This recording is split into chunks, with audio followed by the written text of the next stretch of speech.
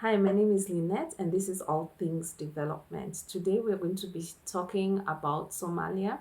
And Somalia is a country that has an interesting history, and we just want to see where it is and even find out what happened with piracy that happened between 2007 2012, and we find out what happened and how the political instability played a part with piracy in the country.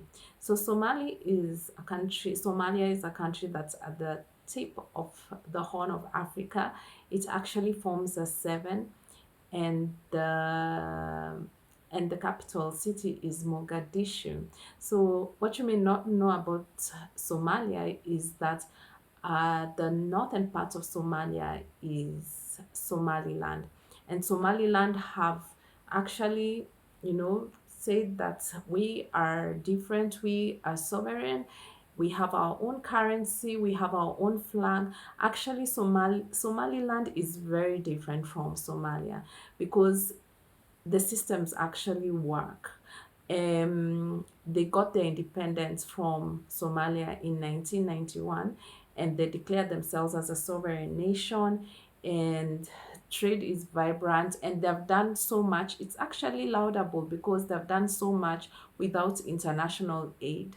They have had three peaceful elections without, international, observers, and they have managed to do it. And I think it should be an example to even other countries. At the Just at the tip of the seven is Puntland.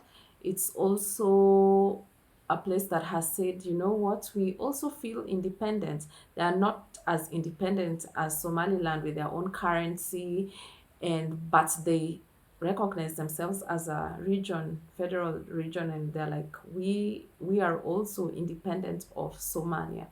Somalia does not agree with this. It says that Somaliland and Puntland is part of Somalia, and they cannot have their independence. They cannot be free from Somalia because and and it has not been done. It's not. It's just what is on the ground.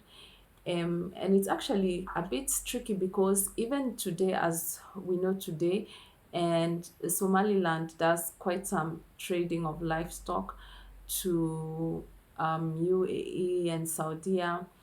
But now you find that Somalia is supported more by Turkey and Qatar, so it forms some tension, and Somaliland is like more being recognized by the UAE, so and Saudi. So it does have there's a bit of even tension because it's economic tension whereby they should they cannot do that much if they're not recognized internationally as a country. So let's go back a bit and see what happened. And Somalia, we know that it's had different colonizers. So Somaliland, now what is the current Somaliland, was a British protectorate, and further to the south was Italian. It was colonized by Italy, and of course, we all know that in the 1960s, that is when most African countries got their independence. So in 1960, Somalia got their independence. They had a president, but there was a coup that happened in 1969, and Major General Siad Barre took over. And that is now where we are going to see how the politics played out to determine what kind of country that Somalia would be even as per now. So Major General Siad Barre had good ideas at first. People were happy. But later on, they discovered he was more of dictator, autocrat, and he was more interested in consolidating power than economically empowering the people. So, as I've said, in 1969, he took over, the country, and he was a socialist. He actually, you remember, this is the time of the Cold War, so Soviet Union was supporting him. In fact, even Soviet Union trained um, the Somali army. They trained them, and they were highly skilled. East German actually also trained the police. Actually, Siad Barre had the largest army in sub-Saharan Africa at that time, the largest and probably the most powerful army at that time, because he had a lot of support. He had highly skilled and trained people, so he was good. But in so he had a plan to have a Greater Somali, and the Greater Somali was to include part of Kenya. He was supposed to annex part of Kenya, and then up a bit, a next part of Ethiopia, an area called Ogaden, whereby this part of Kenya, there were Somali and people, and then the other part of Ethiopia, there were Somali people. So he wanted to form a greater Somali and annex those parts. The parts like in Ethiopia, it was fertile. That would be amazing for trade and such like things. Of course, the neighboring countries were not going to have it. So in 1977, there was the Ogaden War, and it was not an easy war. If anything, 500,000 people died in that war. So what happened in a twist of fate, but it wasn't really a twist of fate. It was just, you know, being politically, maybe savvy, because Soviet Union. So hey, we have more we have more to gain with Ethiopia, which was also a socialist country at the time. They were like, we should support Ethiopia in this war because we'll get, we have more to gain from them. And maybe because Barry was not really that interested in socialism, he was more interested in getting power, So it was not really going to be a socialist nation. So we find that now, in 1977, Soviet Union has left Major Siad Barre.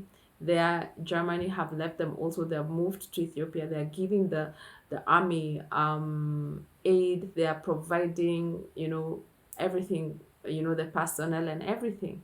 So he must have felt really betrayed. But lucky for him, this was the era of the Cold War. So US took that opportunity and started, supporting this Major Siad Barre. Never mind, he had quite a lot of humanitarian, like crimes, at that time, because as he was trying to amass power, he was using quite some force. So, but you see, during the Cold War, if you know about the Cold War, most countries were given aid without taking particular notice of whether the leaders were good leaders or not. Another good example was Congo, when Mobutu Sese Seko was the president.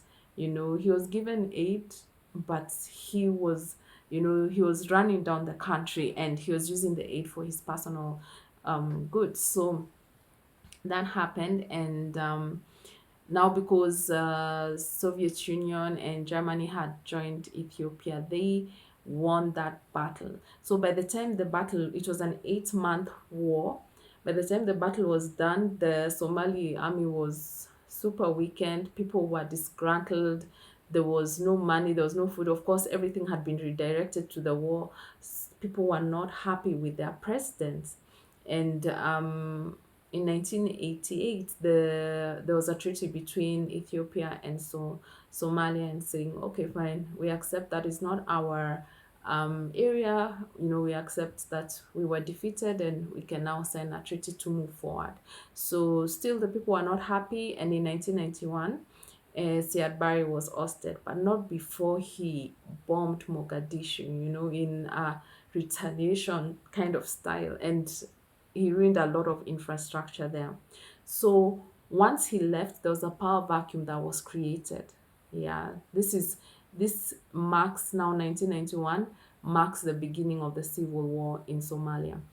So there was a power vacuum that was created thereby, and because Somalia is a homogeneous society where you find they have only one language, they have one religion, but they're divided into clans and sub-clans. And now the warlords were coming from different clans and some sub-clans, and they were fighting for power.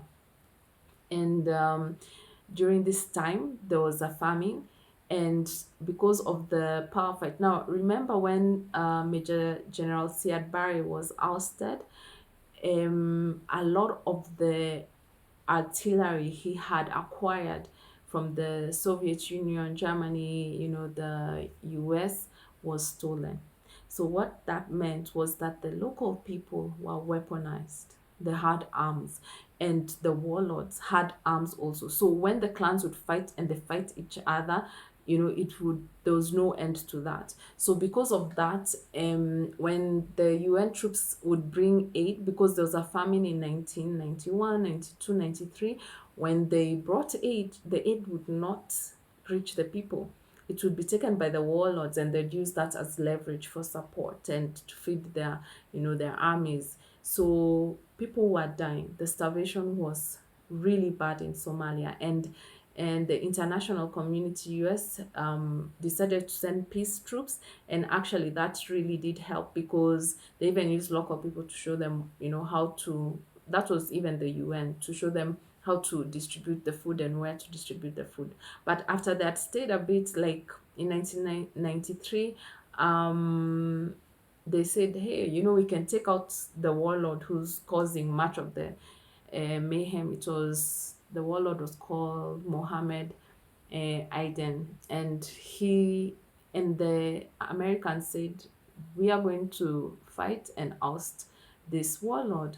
But they made a terrible mistake. What they did not consider, Somalis would come together and say, these are foreigners. They were able to fight each other within the clans, but when now there was someone coming to fight them, the warlords, there were also those Somalis who are supporting this warlord. They were like, this is our land, you cannot do this. Remember that the UN peacekeepers, the African UN peacekeepers, AMISOM, there were a lot of injustices that happened. There were rapes, there were killings that were illegal. There's a lot of mayhem that's caused distrust between the Somali people and the foreigners. So, and then also the US underestimated that. They did not know the terrain. They did not have, I think they just thought it's going to be a simple battle. And that's for most people, they remember that Battle of Mogadishu as Black Hawk Down, because I think two Black Hawks were shot down, and people were, they made a public spectacle of the US Army. It was so devastating. US pulled out of that battle, pulled out of Somali, pulled out the aid, and that is what happened. So between that time, there was still unrest. And because of the political instability of this country, terrorist groups like the Al-Shabaab took advantage, because they're like, hey, there's no leader here. I think we can also be leaders. And there's no government that is resisting us as they should. Because of the political instability, they came in. So we fast forward to 2007, when piracy began. Remember when the whole piracy came into international, there was international recognition of this is happening and it has to stop, was in 2009. But before 2009, about 111 ships had been attacked by pirates. What was happening at this time? What was happening was, now because of the political instability, the Somali waters were left unattended, unmanned, and the government was not able to secure the coastline. So this made other opportunistic traders from other countries like Italy, China, Spain. They were able to bring their trawlers to fish in those areas. Not only were they fishing, but they were also dumping waste, which doesn't make sense. You fish and there are other trailers or ship that are dumping waste in Somali waters. That was illegal because there was a documentary in Al Jazeera. I remember one of the politicians saying, "No, we should look at the real pirates. The real pirates were the people who are coming to fish in seas that did not belong to them. They were actually trespassing." What that meant for the local fishermen, they were not able to catch enough fish. And already in 2008, where most of the pirates were coming from, there was also a crisis of drought. There was inflation because of counterfeit currency. So now what the fishermen decided to do, they would have vigilante groups to try and chase away the trawlers and the ship that were invading their territory. These vigilante groups later became pirates. And um and the pirate money was benefiting the whole community. But even before we go to that, um these trawlers coming from different countries and fishing in this territory was actually depriving Somali of GDP, annual revenue. And it was calculated that they would lose about US dollars, around 300 million annually from those companies, from those countries fishing in their coastline. So there was no money. There was, so the Piracy groups were formed. But after the 2009 attack of the US ship, then the waters were secured. The waters were secured by US military. Kenyan military also had to do that because it was affecting tourism. Even, in fact, I think because of the pirates, not even I think, because of the pirates, about 1 billion in revenue was lost. We had loss of cargo. We had, of course, loss of lives. Insurance prices for the ship had to go, up, up, up. The What else? There was a lot of loss that happened there. The ships had to take longer routes. They had to use more fuel. So there was a lot of damage done by piracy on that coastline. Um so, but you see, the piracy was as a result of that political instability. If Somali had been able to secure their coastline, then these opportunistic traders would not have come and fished there. But that is also no excuse, because they're the ones that created a problem, by taking advantage of a country that was already, you know, ravished by war. It was ravished by warlords, and there was fighting that should have been stopped. The international community should have you know said that you cannot fish on coastlines that are not yours. But that happens sometimes when a country is unstable. Um so that's where piracy came from. And the governments and the governments of the world were able to really squash these pirates, because also the money was now leaking into the Al-Shabaab units. And Paris was a bit difficult to deal with because it was actually benefiting the Somali people, the warlords, the traders, the terrorists, just the local fishermen. Everyone was benefiting from this money. So it was hard to root out. Yeah, that's what happened. So where are we now in Somalia? Right now they have changed government. Farmajo was the president, but he was removed. So I believe that Somali has a lot of potential. It has potential for to secure its coastline. But what I would think, what are the lessons? I think not necessarily where we are, but what are the lessons so that we do not repeat the same mistakes. They do not repeat the same mistakes. First of all, I think that Somaliland should be recognized as a sovereign country. They've already had three peaceful elections since 1991.